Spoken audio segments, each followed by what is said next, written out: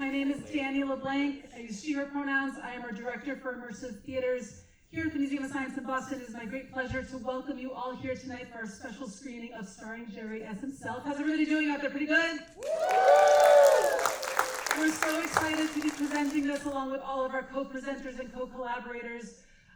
This is part of our Arts Emerson Projecting Connections series. We're so proud to be part of that with them and bringing this film to you. It's also in co-production with, or presentation with our friends at the Boston Asian American Film Festival. This is our second year working with them. We're hoping that that's the second of many, many more. In addition, with the National Association for Asian American Professionals, that we're also very proud of to be starting a collaboration with, and can't wait for many more on that too. So thank you to all of our partners on that. Just a few things to let you know about the presentation itself. The film is an incredibly moving and powerful film. It was our honor to be able to display it here when the opportunity presented itself to us. We had to say yes, so we're so excited. The filmmakers are here, so let's take a moment and say thank you to them as well. There will be a Q&A at the end. We'll talk more about that in a second. I also just want to say on behalf of the museum that this is part of our Asian American Pacific Islander celebration. Obviously it's the month, but this also happens to be the museum's celebration weekend. For those of you who maybe heard about that or knew about that, we have free admission to the exhibit halls and a ton of really amazing programming happening here at the museum all weekend long. We have a promo code, so you can feel free to take this moment, take a picture of it if you like. You can use the code for free admission tomorrow as well, and please come. We have all kinds of performances. Of course, this is not just about a weekend or a month. It's for us at the museum, we aim for this programming to be year-round, so that we can always be celebrating our diverse communities, voices, perspectives, and bringing all of that to you all throughout the year. So please follow the museum on socials. Please go to the museum's website, mos.org. You can see programs. You can follow and get on some of the lists, including the Subspace mailing list, which is all about adult programming at the museum. And we just hope to see you here all the time as we bring some of this incredible programming to you along with our partners. For tonight, just a little bit more about tonight. So after the film, we're going to have a Q&A moderated by Stephanie Chen from NAAAP. Absolutely, let's hear it for them as well. We have a Q&A. There's a Slido code here that you can use your phone to get the QR code. It'll take you to the Slido website, or you can go to Slido and just enter in the code MOSJerry. That's how you can ask your own questions of the filmmakers. It'll be in. Stephanie will be moderating for us. And then just a couple of safety announcements that I need to say about the theater. If anybody needs to leave or exit or use the restroom for any reason, if you need to head out, make sure that you're heading up the stairs for safety reasons. It is going to be pretty dark in here. There are exits on either side of the theater. There are restrooms upstairs on that second level. You will be able to get back in again, so don't worry about that. Just please exit with caution. And I think that's everything I had to say. At this point, it is my pleasure to be turning it over to our friends at the Boston Asian American Film Festival with our creative producer of Arts Emerson and one of the founding directors, Susan Chen. Thank you, Danny, so much, and to the Museum of Science for hosting us again for a second year. I'm hoping, if you didn't catch us last year, we were actually here with Everything Everywhere All at Once in IMAX, because there actually is an IMAX print, so I'm hoping we'll get to bring that back again another year or two. As Danny mentioned, my name is Susan Chinson. I use she, they pronouns. I am the establishing director of the Boston Asian American Film Festival and a creative producer at Arts Emerson. So on behalf of both of those organizations, it's exciting to be sort of on the road, essentially. For Arts Emerson, this is actually going to be one of our first, not our last, collaborations that you'll be seeing from us in the coming year through the next spring, and hope that you'll get to come back and check us out about that. Anyhow, we are here today for Projecting Connections, which focuses on the experiences of Chinese Americans here in America. We are going to be showing more about, sorry, let me start over. I think I'm too excited about being here today. It is Asian AAPI Heritage Month, and I know it's been a busy one for all of us. We're so excited to be partnering here with NAAAP Boston to be presenting today's presentation of Starring Jerry as himself. This was a film that was, as our closing night, was also our audience award winner. And it was, I think, our closing night film that we actually got to have a dinner with our dear friends at NAAAP Boston and Jonathan, who is also here with us today. So with that, I'm going to turn it over to Harris to say a few words too.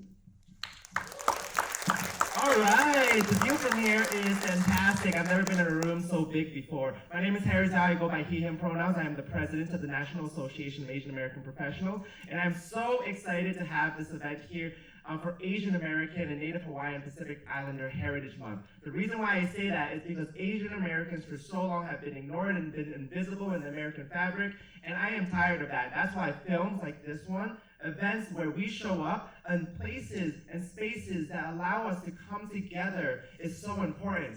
And so while you are in this moment with us, I want you to really think about how you show up in the world, that you are both seen and that you are heard, and that during this month especially, that if you're Asian American, that you are felt and respected. And so with that said, National Association of Asian American Professionals has two goals. The first one is we create communities like this where we bring people together to do really, really amazing work. Follow us on naapboston.org to see what we're up to. Number two, the second goal is we build leaders. We don't believe for a second that Asian American people are taking enough spaces and power, and so we make sure that we are raising the bar and taking the step to get into those executive positions. And so if you're interested in workshops, classes, seminars, conferences, also come to naapboston.org and subscribe to our newsletter. With that said, I want to introduce you to a man with a beautiful smile, with a beautiful haircut, and also the director for this film, Law Chen. Come on up. Thank you so much. I'm Law Chen, and I'm here from New York City to bring you this film. So thank you so much for taking your evening and spending it with us today. I don't have that much to say about this film. Starring Jerry as himself is a true story about an ordinary immigrant dad, just like all of yours, retired in Florida, who becomes a spy for the Chinese police. And I'm the director of the film. Our producer, Jonathan Shu, is in the audience as well. And his father is Jerry. So what I want you to know is that this film is weird, but everything you're about to watch is true. Okay, so this will be the first and probably only time we ever screen it in IMAX, and we are super excited. So thank you for being here. We will be here after the film for Q&A, so I look forward to seeing you then, and I'm gonna give this back to Susan. So thank you so much for having us. I'm super excited. Thank you, Law. We're so excited to have you here, and Jonathan as well. Just a note before we start with the film, if you have a cell phone or any other type of device on you that might make sound or noises during the screening, to take a moment now to actually take it out and actually silence it so we can all enjoy the rest of the film. And with that, we look forward to seeing you during the Q&A. Thank you. Enjoy the film.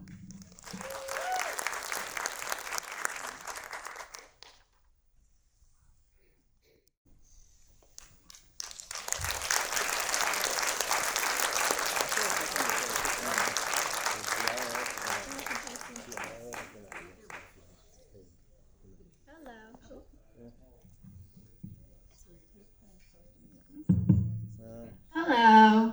Hi, wasn't that a wonderful movie? Can we give another round of applause?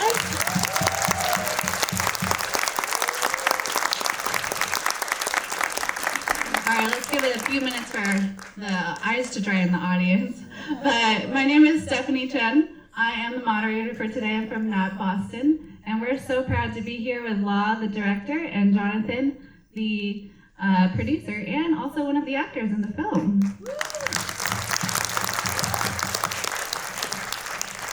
Thanks so much for having us. Thanks for sitting through that, and it is painful, but thank you for listening to Jerry's story. So I first saw this film last year at the Bath Film Festival, and Jonathan, you remember that this film had a very touching effect on me because my grandfather had a very similar story to this. So I really wanted to bring them back and have a wider audience to share with. I think just being able to share the story is an act of bravery on my dad's behalf.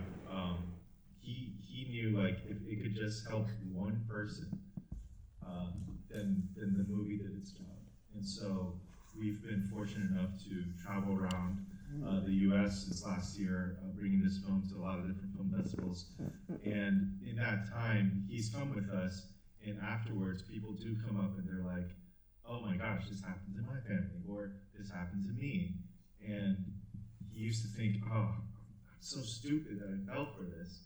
But then when we were able to show it to the world and people were showing, scams are everywhere, then he really got to come into the story and realize that it was very important to make this film. And I think one reason why this film is so widely received is it's not only about the Asian American experience, but it speaks to the human condition as well. I just wanted to start off by asking, how did this project get started? What was the genesis of this? It all begins with a phone call. And Jonathan and I, we've been working together for more than 10 years. He's a producer, I'm a director, and we shot many commercials together. And about 2 years ago, I get a phone call from Jonathan, and he said that something terrible had happened. And I was like, what could possibly be that bad? Did you, we're filming together, did you lose location, or did you have an actor's schedule move? And he was like, my father just lost $1 million. And I was like, how is that possible? Like, is this a joke? How is that physically possible? And Jonathan's like, I don't know. Can you help me find out? Because he's putting together an FBI case to try to figure out exactly how Jerry gave away $1 million. So we went down to Florida to where Jerry lived, set up a camera, started interviewing Jerry, and Jerry weaves us this fantastical tale of being an agent in a money laundering investigation, and he's taking surveillance photos of his Chase Bank, and he's wearing a wiretap and listening to bank tellers, and he doesn't tell his family. And the first thing I think is, we have to make a movie about this right now. And that's what we go do. Because Jerry was like, I want to make sure, like John just said, that if I can tell my story, it'll prevent somebody else from making the same mistake. All right? So how do you go make that movie, right? Is it a documentary? Is it a piece of fiction? It's already happened. We need an actor. There's only like 2 actors in Hollywood that are 60 years old and Asian. Who do you cast for that? So we turned to Jerry and we were like, how would you like to act as yourself in this film? And he said, yes, only if it's a spy movie. Because I felt like James Bond, I felt like Jason Bourne, and I want the audience to feel the same way. And that's how we went and decided, let's go make this thing. Now, obviously this movie is based on real life, but as there are some creative license, where do you think that it differs from the actual scenario?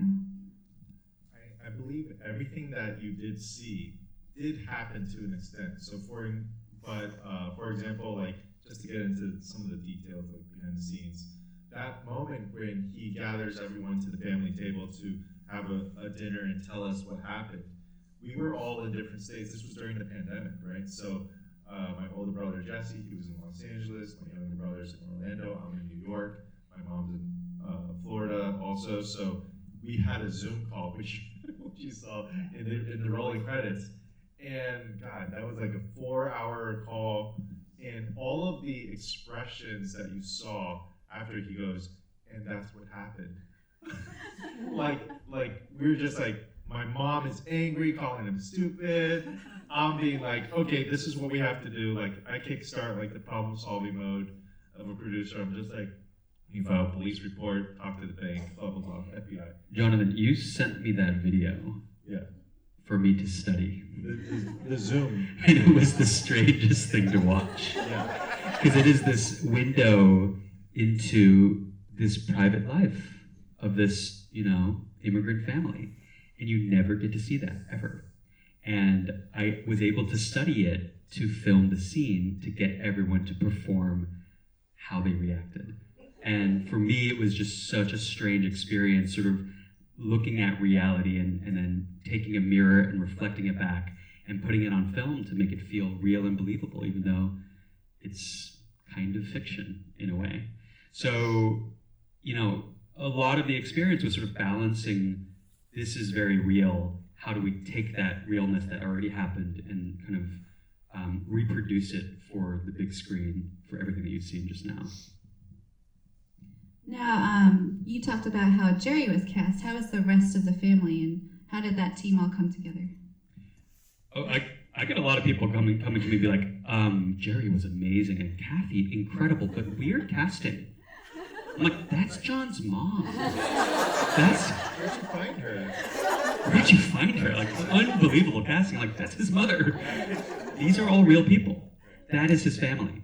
And I think we just filled out the other roles, like the bank teller, Matthew Johnson. That character was played by Nick Bailey, an actor that we've worked with many times before in our short films. And like, we just called out friends, like the doctor who's like, am I an actor? He's like, yes. was he a doctor? I don't know. when we wrote that scene, it was just like, oh my God, I know the perfect person to play this role. So it was a lot of friends, a lot of family pulled together to make this film. Yeah. And speaking of friends, we have an amazing friend here in the audience, Eric Holgis. All the music that you just listened to was composed by this gentleman right here. Eric, can you stand up, please?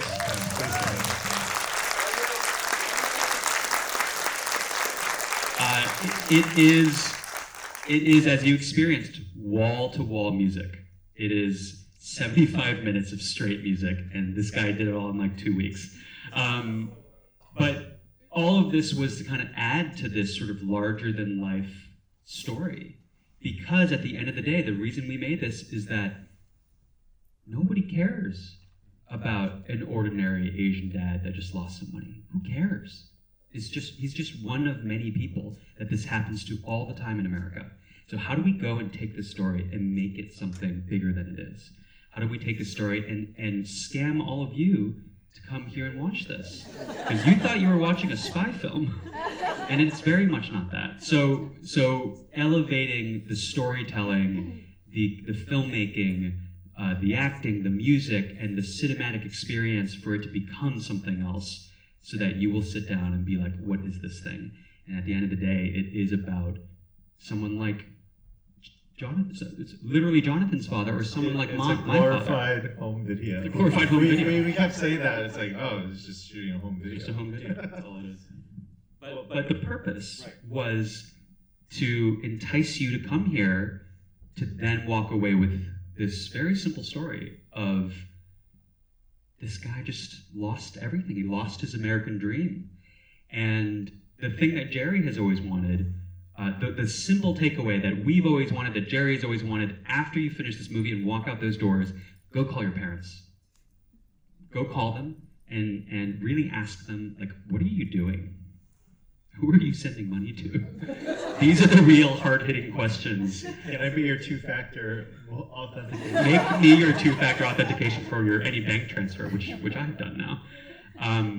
But yeah, it was all the creative choices that we made were meant to make this story more accessible, because otherwise it's really, who cares? Can you share any memorable experiences from making the film? No. There's just so many. It was captured on film. The moment where he found that he pulled out this check, and I'm just like, this was like, we were not filming at this point. This was like the first couple days of filming. Day one of the film, where we went down to go interview him, and Lawrence had the camera, and I didn't even know you were filming. You just like turned it on. And it was just an incredibly personal moment that happened. Just to talk more about that, we didn't have an ending to this movie. It's kind of a documentary, Documentaries don't have endings. You're hoping to go into this and that we know that Jerry lost everything. We want to go in. You want to find the people that scammed him. We're going to kick their doors down, bring them to justice, take all the money back. Jerry's, richer beyond belief now and super happy, but none of that happened.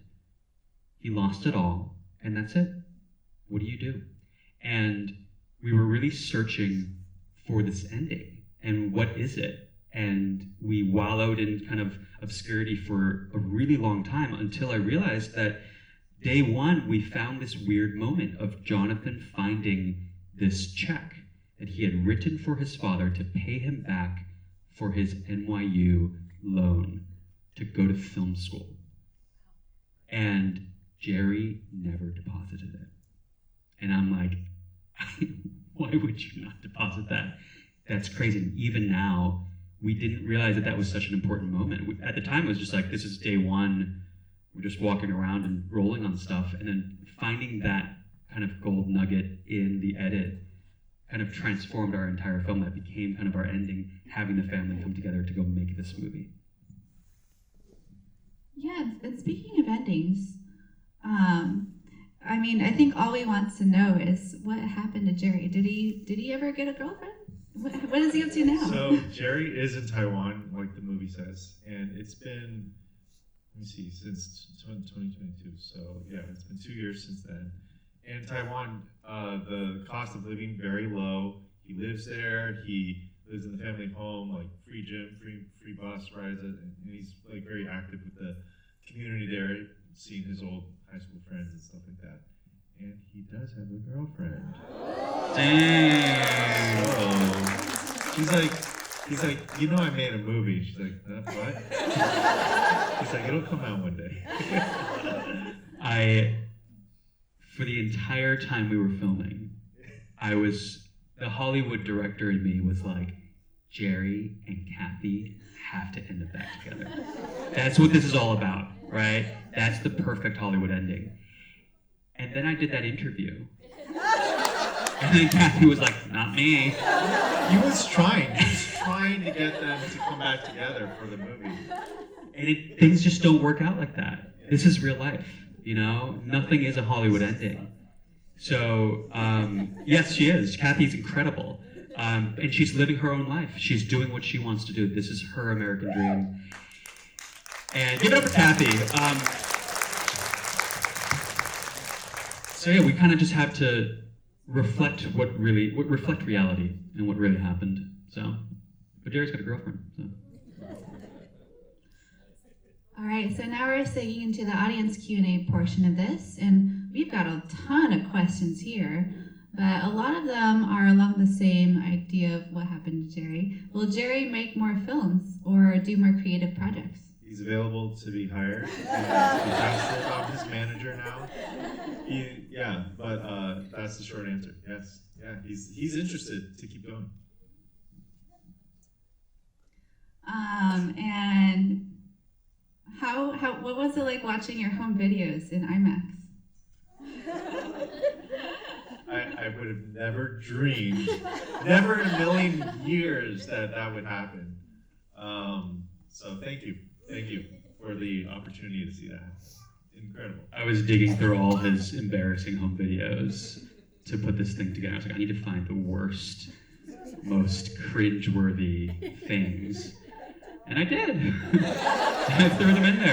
I had edit notes which were ignored. I'm not cutting that. People love that. So. Here's an interesting one. Someone said, I got the same kind of call asking me to call the Chinese police too, and I did. Good thing I didn't fall into it later. Did the Chinese government ever respond to this film? No. I think we would know if they did. I think what's interesting about this film is our current political climate. I think that I was born in the U.S., but I actually grew up in China because my parents went back home, and I went to middle school and high school in Beijing. And this idea of this sort of like omniscient, omnipresent threat of the Chinese government, it is kind of real. And making this movie is kind of sensitive because you mentioned them. So it is one of the reasons that people are kind of perk up when you hear this premise of he worked as a spy for the Chinese government. But ultimately, none of it was real, so we've never been contacted, or they were all just scammers, really, really good scammers. Someone else says, great movie and a very important PSA. Is there any more we can do to inform our public? We're going to be coming to theaters this fall. We were very lucky to find distribution, and this film was going to go to theaters and on streaming. So I think the best thing you can do is follow Starring Jerry as himself on Instagram and wait for the date in which we release this, and tell anybody who you believe would get something out of watching this, and join us to watch this again in theaters or on streaming. Exactly. So it'll be day and date. So the same day it goes out in theaters in New York, it'll be online also for rental. And I think it's just, if you find this story emotionally moving and worthy for someone to watch, then please share. Please follow us. And I also want to say AARP was a sponsor for the Boston Asian American Film Festival. They really love the film also, and they've both on a national and a regional level, they've done a screening for Adults for Films, and they have a lot of great resources. But in the end, I think as a family member, it's kind of they'll listen to you more than just a pamphlet that you send over to them. Like, there's so many sophisticated scams. It's good for you to just be aware of all of them. Anyone who just randomly, who you don't know, starts a conversation with you. This is called pig butchering scheme, is what happened to Jerry. And they become friends first, and then eventually they'll ask you for money. That's a scam, and so just avoid those. A couple more questions about what was it like to work on a film with family and directing family as well? So hard. They were all divas, all of them, Kathy down to Jerry. No, they all thought that because it was just Lawrence and I on some days, and then some days we had a larger crew. He just thought we were just shooting like another of my home videos sometimes, because I'm like doing the sound and Lawrence is there with the camera, and then sometimes we'd start recording without them knowing because they would get self-conscious. Yeah, but that's how they felt. They were just like, oh, John's just doing another project. Yeah, it's, again, like I mentioned before, like being invited to see the intimate details of this family and how they operate was so weird for me, but a necessary thing to do. And I remember this sort of, I was, we were on day 20 of the shoot, and time was running out. I was super frustrated, and I was just like, Dad, get over here right now. And I'm like, oh my God, I just called Jerry Dad. That is so weird. And I just became so kind of like intermeshed into the story of this family. And what was also interesting is that choosing to make this is an interesting choice in and of itself too, because in documentary films, you don't ever insert yourself into the story. But we were like, if I could just break all the rules, it doesn't really matter. But the act of observing changes the observation. We could have just let Jerry kind of live on his life and continue to do DoorDash every day for 8 hours a day to try to make rent. And Jonathan and I, after this happened to Jerry, were like, what can we do to change that? But also film it, and also kind of have him be the teller of his own story. How do we change that? And this decision to go make this movie and tell his story plucked him off the streets and literally changed his life. Is that ethical? I don't know. Is that the right thing to do? Maybe. But we got to do this thing, and then Jerry kind of had the time of his life doing it. So in a way, we changed the observation. We pushed him to want to do this. And I mean, like, there was a bit of push, and there was a bit of me underplaying, like, oh, we're just shooting, we're just documenting this for the FBI case and stuff like that. But in the end, when we had the film together, I was like, oh my goodness, like, we actually have something here. And we started submitting it to film festivals and stuff, and my father was so embarrassed, but at the same time, he was also like, you know what, John, like, if this is gonna help your career, then even though I have no money left to give you, I'm still doing my job as a father, and I'm providing for my son. So I have nothing, but if my story is helping you, take it. And we have it, and it's helped people. I believe it has helped people. So. And Jerry was like, I just want to make a spy movie. So Yeah, he said, make me a star. I think you have time for a couple more questions. One specifically about the music. What was your direction for the composer? So the score sounded very orchestral. Did you make specific musical requests? do you want to answer this? I'd love to hear. I mean, I'll yell something. I have this list of 10 songs that I play every time for every film I make. Because I want every film to feel this specific way. And that's how it feels, Jerry. And every time I give it to Eric, he's just like, oh God, the same music that you want me to remake. But there's something about that story of like that sort of sonic journey that I want the audience to go through that is kind of the same for me. How you go do it, I don't care. You come back to me with something crazy and cool and new, but this is how it needs to feel. So how did you choose to go pick the genre and the instruments and whatnot that you did? I don't know. It comes back to me, I'm like, this sounds great. So First of all, I just want to say how much of an honor it was to score this film. This story, I was crying watching it. I've seen this film hundreds of times now, but I'm very moved by the family connection that emerges at the end. I was shocked when I saw it the first time and the way you captured it. And to be able to compose for such poignant emotion is such a dream, and to be able to enhance and be a part of the story is an honor. What I did to compose was I came up with a lot of themes. I really thought about a doorbell. When I watched Jerry initially, he is so bright, cheerful, welcome. And it also connected to DoorDash, so that ba-dum, ba-dum, ba-dum, felt like a doorbell theme. And I loved the feeling of a piano being kind of intimate. And when we went spy, and when I saw it go wide, and we were now in a thriller, I thought, we need something orchestral, we need something to raise it. And so how do you hold the intimacy but also make it epic? And that's right. You picked an instrument to be every character's voice.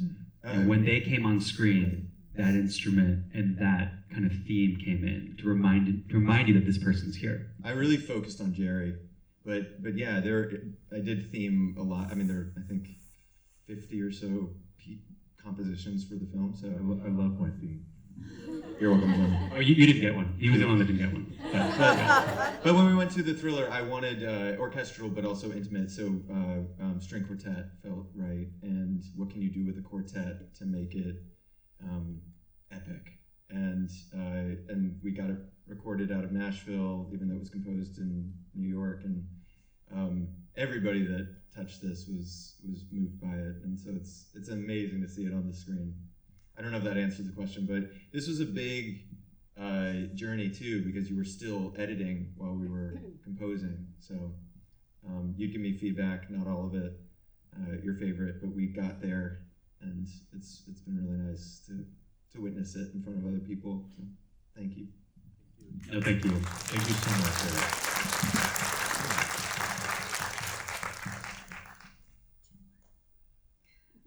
We have a question from our friend Michael. Why was the decision made to make the money lost $250K in the movie when the actual number was almost $1 million? Usually in movies you over-exaggerate, not under. It was why underreport in the film how much he actually lost, and it was a function of storytelling.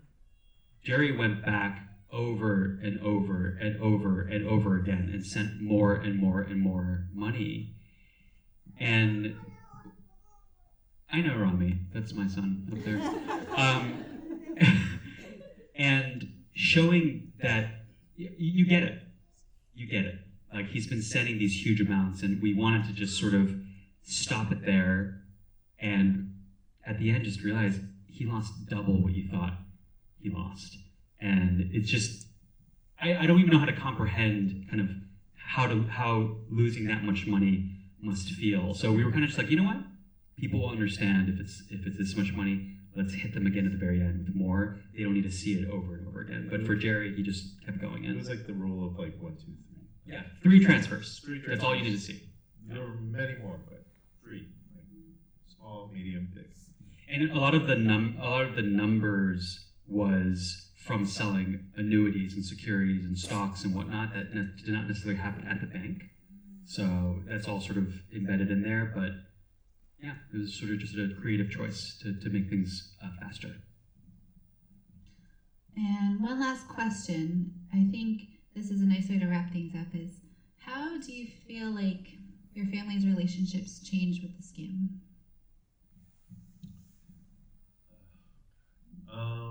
We are closer than ever. We check on each other. We never used to have a group text, but now we have a group text that we are always sending funny videos to each other. My dad's always sending me weird videos about health and weird things like, don't trust the seafood, there might be nuclear waste in it. Okay, and take long walks to lower your blood sugar. Like a whole 10-minute video about that. And so we're close. We're closer now. We make it all three, me and my brothers, we all make it a big point to definitely call mom and dad every week. So every Sunday, that's when all the calls happen. And we ask the questions. We ask questions like, how's your health, first of all? And that's really what my dad was searching for. Like, there was a moment where he felt like after he did his job of getting his sons through college and getting, married and stuff like that, like, his job was done as a father. And he could just go retire, do whatever. And he was just like, I'm gonna go do my own thing. But then, like, no one was calling him. Like, he wouldn't return our calls or anything. Now he knows to return our calls. Like, he realizes that he was missing a connection. That's why the scammer just filled that void. That person cared about, what were you eating? Like, send me a picture. Send me, did you take your medicine today? Like, these little questions help this scammer develop a relationship even closer than what me and my brothers were doing at the time. Just to add to that, yeah, to get here involved a lot of painful reflection, especially coming from somebody on the outside, like looking in on this family, because the real question is, why did this happen and whose fault is it? And right off the bat, it's like, oh, Jerry, you're so stupid for doing this. Right? That's the immediate reaction. But then if you step back and look at it, it's like, Jerry's there alone. And he doesn't see his ex-wife. And his kids are kind of spread across America. And are they calling? And are people checking in on him? Like, whose fault is this actually? And we're not really pointing fingers at anybody. But the process of making this, I think, had the family realize that this is not Jerry's fault. This is not his fault alone, because he didn't have anyone to turn to ask, is this okay? So I think that's where it began. That's how the relationship began going into this, and the process of making this got you to where you guys are now, and learning that this is not Jerry's fault. He was forwarding me his emails and text messages, like screenshots, being like, who is this? Should I respond? Like, now he does that, which is good, because basically every single response is like, don't respond, don't open that attachment, like, please just like, yeah, there's no free money out there. So yeah, it's that. It's also, I think you were saying that, I lost my train of thought, sorry. I think the only learning I had from all of this in terms of how to avoid a scam in the future, they can replicate anything these days. Your voice, your face, your social security.